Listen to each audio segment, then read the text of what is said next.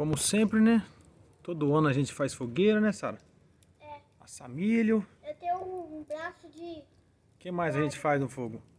Assa batata doce. Pai, A gente faz acampamento. a gente conta história. Conta história. Olha o acampamento aí. Só vai dormir a Sara aqui hoje. É verdade, porque a mãe tá trabalhando. Aí, ó. E ela Que trabalha casa de chique, ó. Esse é um evento realizado todos A mãe os tá anos, trabalhando, né, anualmente. A mãe tá trabalhando, né? Quem quiser pode chegar. Ô pai, a mãe tá trabalhando, né? Tá.